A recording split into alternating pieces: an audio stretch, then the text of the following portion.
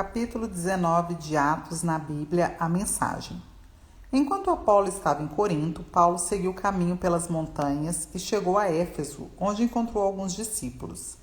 Assim que ali chegou, perguntou a eles: Vocês receberam o Espírito Santo quando creram? Vocês o acolheram no coração? Ele está mesmo em vocês? Nunca nem ouvimos falar de Espírito Santo. Deus dentro de nós? Como foi então que vocês foram batizados? Perguntou Paulo. No batismo de João, responderam.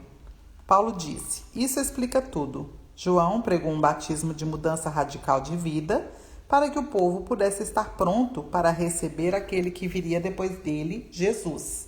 Se vocês foram batizados no batismo de João, agora estão preparados para o que realmente importa, Jesus.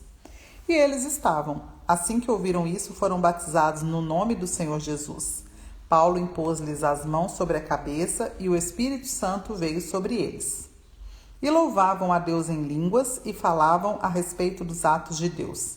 Havia cerca de 12 pessoas ali naquele dia. Em seguida, Paulo foi para a sinagoga. Ficou na cidade 3 meses, trabalhando para apresentar a eles o reino de Deus de maneira convincente. Mas começou a surgir resistência por parte de alguns que começaram a espalhar boatos sobre o estilo de vida cristão. Paulo retirou-se, levando os discípulos com ele, e se estabeleceu na escola de Tirano, ministrando aulas diariamente. Fez isso por 2 anos, dando a todos na província da Ásia, judeus e gregos, ampla oportunidade para ouvir a mensagem do Senhor. A mudança dos magos e feiticeiras. Deus fez coisas poderosas e incomuns por meio de Paulo. A notícia se espalhou e as pessoas começaram a trazer peças de roupas, lenços, mantas e coisas semelhantes para que tocassem com elas Paulo e depois os doentes. Foi impressionante. Os doentes eram curados e restaurados. Alguns exorcistas judeus itinerantes estavam na cidade e tentaram fazer o que pensavam ser o jogo de Paulo.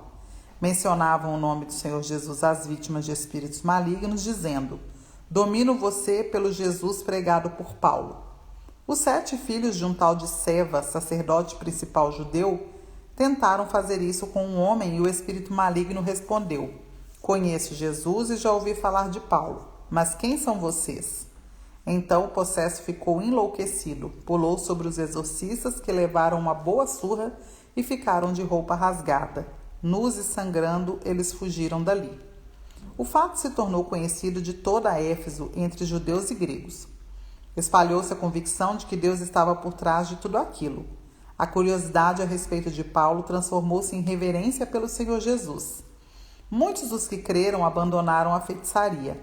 Magos e feiticeiras vieram com seus livros de feitiços e fizeram uma fogueira imensa com eles. O valor dos livros chegou a 50.000 moedas de prata. Assim ficou evidente que a palavra do Senhor fora vitoriosa em Éfeso. A deusa Ártemis. Depois disso, Paulo decidiu que era tempo de ir para as províncias da Macedônia e da Acaia e de lá para Jerusalém. Ele disse, vou para Roma, preciso ir para lá. Ele enviou 2 de seus assistentes, Timóteo e Erasto, para a Macedônia, mas ficou na Ásia para resolver alguns assuntos. Antes de partir, ocorreu em Éfeso um grande tumulto a respeito do que era conhecido como o Caminho. Certo ourives, Demétrio, chefiava um negócio de manufatura de relicários da deusa Ártemis e empregava muitos artesãos. Ele reuniu seus empregados e outros que lhe prestavam serviços e disse: Homens, vocês sabem que temos um bom negócio aqui e já viram como Paulo se intromete no que fazemos, para nos desacreditar, afirmando que não existem deuses feitos por mãos humanas.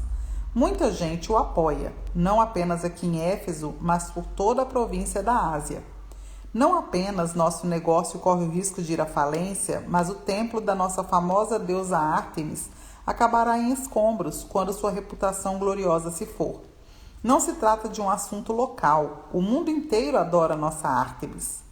A multidão perdeu a cabeça, correram à rua gritando, Grande Ártemis dos Efésios, Grande Ártemis dos Efésios.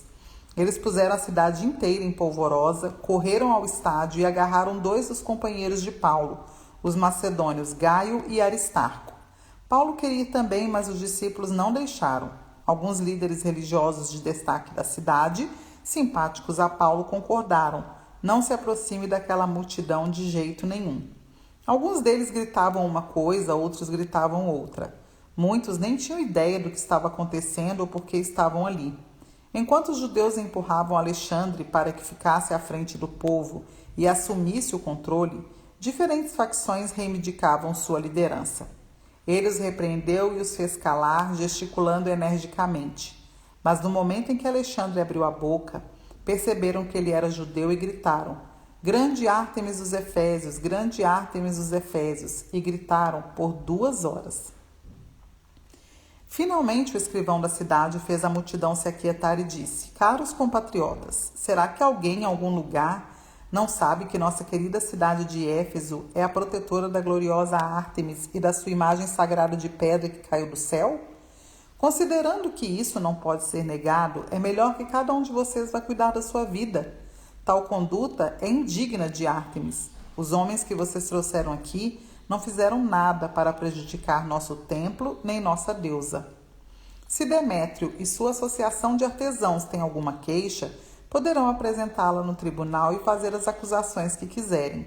Se alguma coisa mais os está incomodando, reclamem nas reuniões regulares da administração da cidade, deixando a questão a cargo dela. Não há desculpa para o que aconteceu hoje, pois pusemos a cidade em risco. Lembrem-se de que Roma não vê os agitadores com bons olhos. Com isso, o povo se dispersou.